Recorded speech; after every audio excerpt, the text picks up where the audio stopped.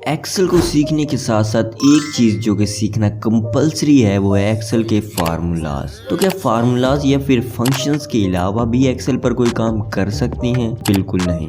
आपको 2, 5, 10 या हज़ारों वैल्यूज़ को ऐड करना हो या किसी एम्प्लॉय की आईडी को यूज़ करके उसका सारा डाटा निकालना हो या सारे एम्प्लॉयज़ की एक लिस्ट बनानी हो या कोई भी कंडीशन ऐड करनी हो एक्सेल में, तो आप फार्मूलाज का यूज़ करते हैं। एंड आज की इस वीडियो में हम कुछ ऐसे ही डेली लाइफ में यूज़ होने वाले फार्मूलाज को सीखेंगे। बहुत सारी रिसर्च और बहुत सारी वेबसाइट्स विजिट करने के बाद most common and most useful formula search करके लाया हूँ आपके लिए। तो सबसे पहले मोस्ट कॉमन फार्मूला हमारे पास दोस्तों आता है सम का। तो यहाँ पर मेरे बॉस ने मुझे कुछ डाटा दिया है एंड बोला है इन सब सेल्स का मुझे सम निकाल कर दो। तो कुछ डाटा हमारे पास मौजूद हो, उनका हमने जब भी सम निकालना हो, टोटल निकालना हो, तो उसके लिए हम सम फार्मूले का यूज करें। इसके लिए हमने सिंपली इक्वल टू लिखा। किसी भी फार्मूले को लिखने से पहले उसमें इक्वल टू लिखना जरूरी होता है। इक्वल टू लिखने के बाद हम यहाँ पर सिंपली लिखेंगे SUM सम। तो यहाँ पर हमारे पास सजेशन में सम का फार्मूला आ चुका है। एंटर होने के लिए दो ऑप्शन है, या फिर हम टैब की यहाँ पर प्रेस कर सकते हैं तो ये हमारा फार्मूला स्टार्ट हो जाएगा, या फिर हम यहाँ पर डबल क्लिक किसी फार्मूले के ऊपर कर सकते हैं एंड सिंपली हमारा फार्मूला स्टार्ट हो जाएगा। तो यहाँ पर आपको दो पैरामीटर्स यहाँ पर मिल रहे हैं, इनमें नंबर 1 और नंबर 2 सिलेक्टेड है। आपको इसमें कुछ भी नहीं करना, आपने सिंपली वैल्यूज को सिलेक्ट कर लेना है। हमने सिंपली ये अपनी जो सेल्स हैं पड़ी उनको सिलेक्ट कर लिया। हम जैसे ही एंटर प्रेस करेंगे टोटल सेल्स हमारे पास आ चुकी हैं। तो यहीं पर आपके लिए एक प्रो टिप देता चलूं जिसमें आपको ये सम का फार्मूला लिखने की भी जरूरत नहीं पड़ेगी। तो इसके लिए सबसे पहले मैंने इसे डिलीट कर दिया एंड सिंपली आपने जहां भी सम निकालना हो वहां पर आपने सिंपली प्रेस करना है अल्ट और इक्वल टू एक साथ। आप देख सकते हैं कि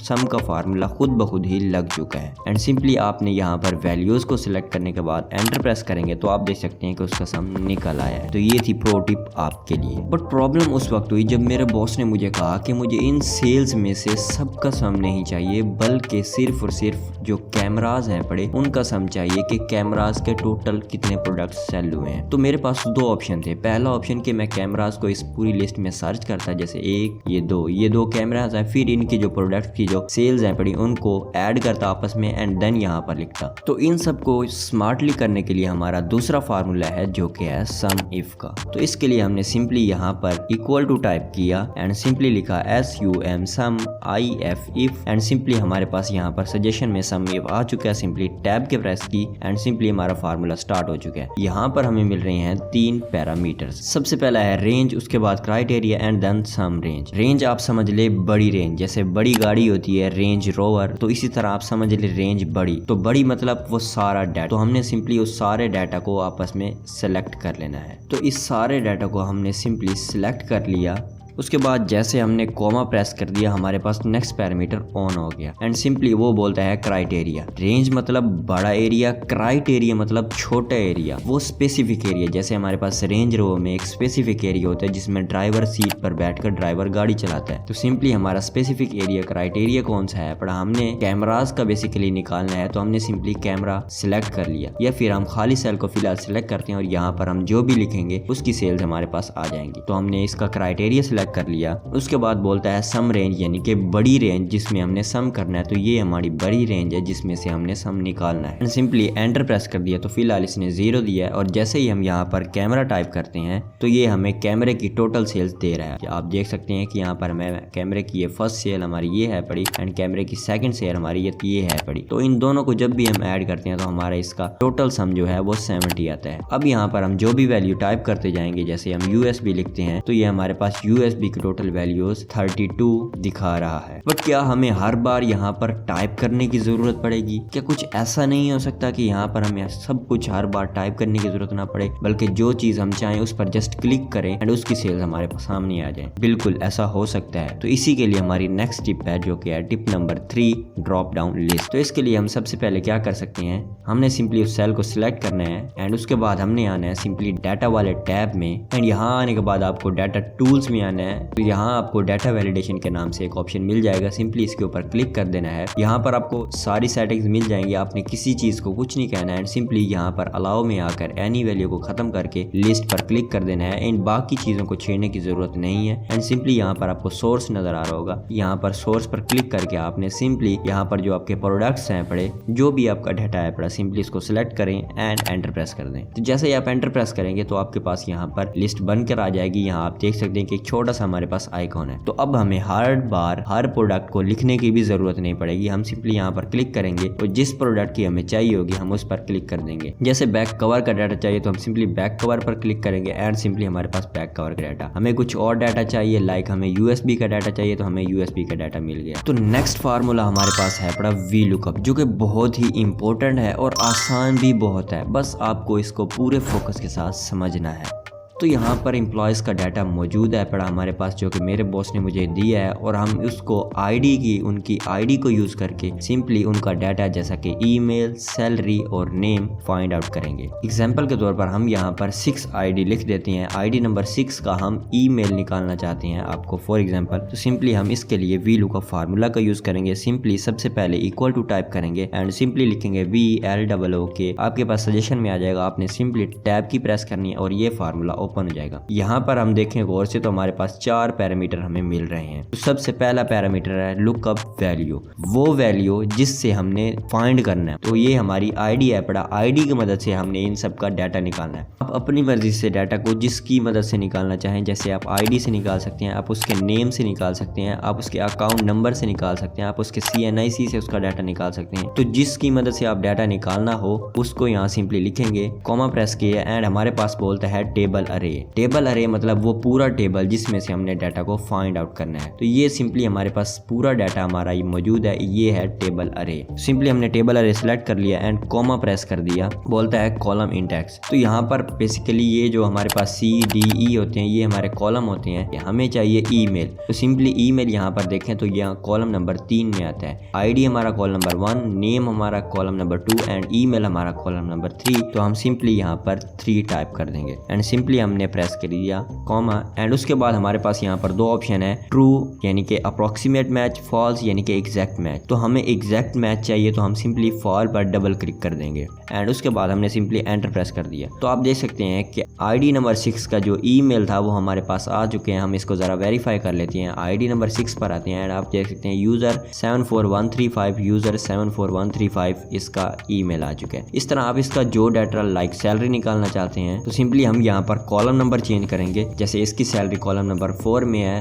तो सिंपली हम यहाँ पर 3 की जगह 4 जैसे टाइप करेंगे तो इसका हमें सैलरी मिल जाएगी। इसी तरह से आप इसका जिस तरह चाहें यूज कर सकते हैं। सो फ्रेंड्स, काफी मरतबा ऐसा होता है जब हमें एक से ज्यादा कॉलम को आपस में कनेक्ट करना होता है, आपस में जोड़ना होता है। जैसे हमारे पास यहाँ पर डाटा है first name, second name and third name का, एंड हम चाहते हैं कि फर्स्ट नेम और सेकंड नेम और थर्ड नेम, या फिर आपके पास 2 डाटा हो सकती हैं, इनको आपस में कनेक्ट करें। तो सिंपली हम यहाँ पर इसके पास 2 ऑप्शन है, या तो हम इस पर डबल क्लिक करें, एक सारे को सिलेक्ट करें, कॉपी करें, यहाँ पर आए, यहाँ डबल क्लिक करेंगे, फिर यहाँ पर पेस्ट करें। तो इस तरह से हमारे पास ये डाटा आ जाएगा। सिंपली तीसरे को करना हो तो तीसरे को यहाँ से कॉपी करके, जो कि काफ़ी लेंथी प्रोसेस हो जाएगा। तो इसके लिए हम सिंपली फार्मूला यूज़ करेंगे इक्वल टू कॉनकैटिनेट का, एंड सिंपली हमारे पास सजेशन में आ चुका है, टैब की प्रेस करेंगे तो यहाँ पर पैरामीटर में हमें बता रहा है कि आप टेक्स्ट 1, टेक्स्ट 2 और टेक्स्ट 3 को जैसे हैं आगे सिलेक्ट करते जाएं। तो हम टेक्स्ट 1 को सिलेक्ट करते हैं, कॉमा प्रेस करते हैं, टेक्स्ट 2 को सिलेक्ट करते हैं, कॉमा प्रेस करते हैं, टेक्स्ट 3 को सिलेक्ट करते हैं, एंड जैसे ही एंटर प्रेस करते हैं तो ये तीनों हमारे पास एक ही कॉलम में आ चुके हैं। बट अगर हम इनके दरमियान स्पेस चाहते हैं तो हम डबल क्लिक करेंगे एंड फार्मूले में आएंगे एंड सिंपली यहाँ पर हम इन्वर्टेड कोमास को 2 मरतबा ऐड करेंगे।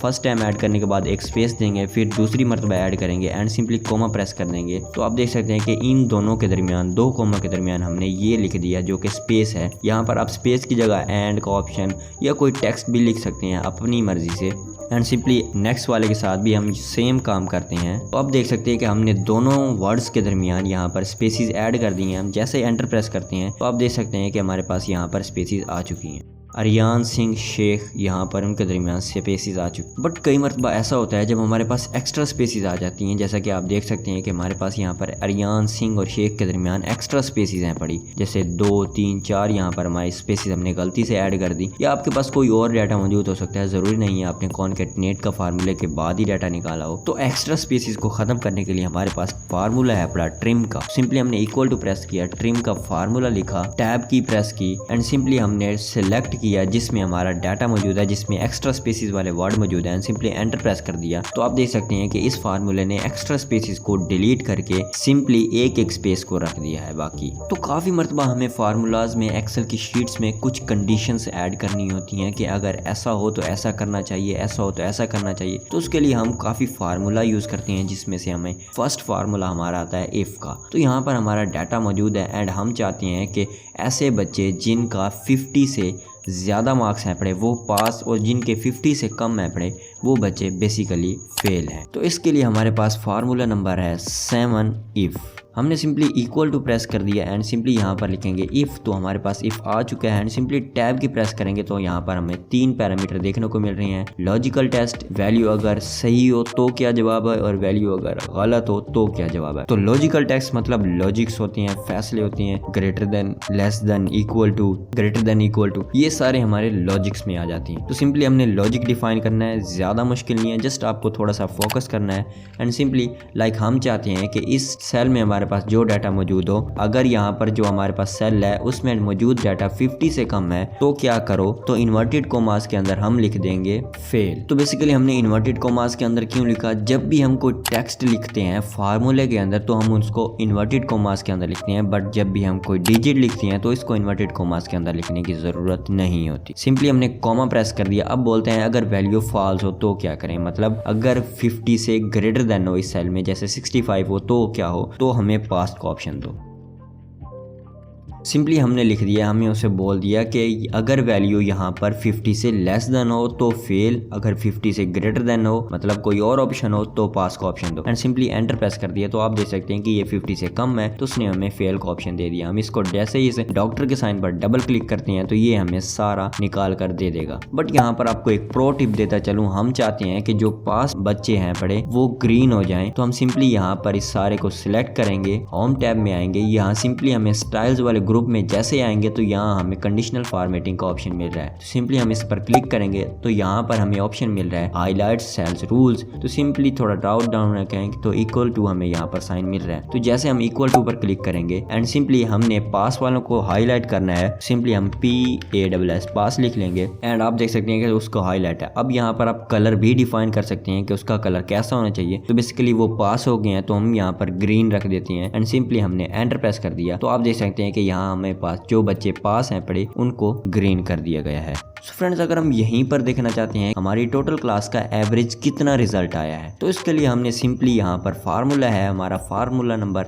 8 एवरेज का। तो सिंपली हमने इक्वल टू टाइप करना है एंड सिंपली यहाँ पर लिखना है, ये हमने एवरेज लिखा, हमें सजेशन में भी मिल गया, हमने टैब की प्रेस की और यहाँ पर हमने सिंपली जैसे सम वाले फार्मूले था ये बोल रहा है नंबर्स को आप सिलेक्ट करें। तो सिंपली हमने नंबर्स को यहाँ पर सिलेक्ट कर दिया एंड जैसे ही एंटर हमने प्रेस कर दिया तो हमारे पास टोटल रिजल्ट क्लास का एवरेज जो है वो 59.5% है, जो कि काफ़ी कम है पड़ा। तो दोस्तों काफ़ी मरतबा हमारे पास डाटा बहुत ज़्यादा मौजूद होता है एंड हम उनको सिंपली काउंट करना चाहते हैं कि हमारे पास कितना डाटा मौजूद है। हम यहाँ पर देखना चाहते हैं कि हमारे पास ये टोटल मार्क्स कितने बच्चों के, हम इसको काउंट करना चाहते हैं। तो इसकी बजाय कि हम 1 2 3 4 इस सब को बैठ कर काउंट करें, हमारे पास डाटा बहुत ज़्यादा भी हो सकता है। तो इसके लिए हम सिंपली एक फार्मूला यूज़ करते हैं जो कि हमारा फार्मूला नंबर 9 है काउंट का। तो सिंपली हमने इक्वल टू टाइप करना है एंड सिंपली हम यहाँ पर लिखेंगे काउंट एंड टैब की प्रेस करेंगे तो हमारा काउंट का फार्मूला ओपन हो चुका है, स्टार्ट हो चुका है एंड सिंपली हमने वैल्यूज़ को सिलेक्ट करनी है। तो सिंपली हमने सारी वैल्यूज़ को सिलेक्ट कर लिया एंड एंटर प्रेस करते हैं तो हमारे पास यहाँ पर वैल्यूज़ आ चुकी हैं। लेकिन अगर हम इसको भी काउंट करना चाहते हैं तो क्या हम इसके लिए भी काउंट का फार्मूला यूज़ कर सकते हैं? तो आइए देखते हैं। तो सिंपली हमने यहाँ पर इक्वल टू प्रेस कर दिया एंड सिंपली जैसे ही हमने काउंट लिखा एंड वैल्यूज़ को सिलेक्ट करके हमने एंटर प्रेस करते हैं तो आप देख सकते हैं कि इसने हमें वैल्यू 0 दी। बट ये क्यों? कि यहाँ पर तो उसने हमें डाटा दे दिया बट यहाँ यहाँ पर 0 क्यों दिया। तो यहाँ पर एक बात समझने की है कि जो हमारे पास काउंट फार्मूला होता है वो जस्ट मार्क्स को, नंबर्स को ही काउंट्स करता है। तो सवाल यहाँ पर ये पैदा होता है कि अगर हमें यहाँ पर बच्चों के नाम टेक्स्ट को लेटर में जो मौजूद है उसको काउंट करना तो क्या करेंगे। तो इसके लिए हमारे पास एक और फार्मूला है बड़ा सिंपली, वो है काउंट ए का। काउंट ए मतलब काउंट ऑल, सब काउंट करो जो भी इसमें है। तो इक्वल टू टाइप करेंगे यहाँ पर काउंट ए को लिखने के बाद यहाँ सिंपली टैब की प्रेस करेंगे। अब बोलता है वैल्यूज को, तो हमने सिंपली वैल्यूज को करके एंटर प्रेस कर दिया। तो अब देख सकते हैं हमारे पास अब उसने वैल्यूज को काउंट करके हमें दे दिया है। तो फ्रेंड्स इस तरह से आप फार्मूलाज का यूज़ करके अपने कामों को बहुत ही फास्ट एंड इजी अंदाज में कर सकते हैं। तो इसी तरह से आप एक्सेल को अगर एडवांस लेवल पर सीखना चाहते हैं तो राइट में आपको एक पूरी प्लेलिस्ट मिल जाएगी जिसमें मैंने A to Z एक्सेल को कंप्लीट डिटेल में समझाया है। एंड अगर आप एक स्टूडेंट हो और आप चाहते हो कि AI को यूज़ करके अपने कामों को अच्छे अंदाज में करें, आर्टिफिशियल इंटेलिजेंस को अपनी स्टडी के लिए यूज़ करना सीख, तो लेफ्ट वाली वीडियो पर क्लिक करो जिसमें मैंने डिटेल में आपको बताया कि आप AI को अपने कामों के लिए किस तरह से यूज़ कर सकते हो। तो वीडियो अच्छी लगी तो वीडियो को लाइक ज़रूर कर दीजिएगा और कमेंट भी कर सकते हो कि नेक्स्ट वीडियो किस टॉपिक पर होनी चाहिए।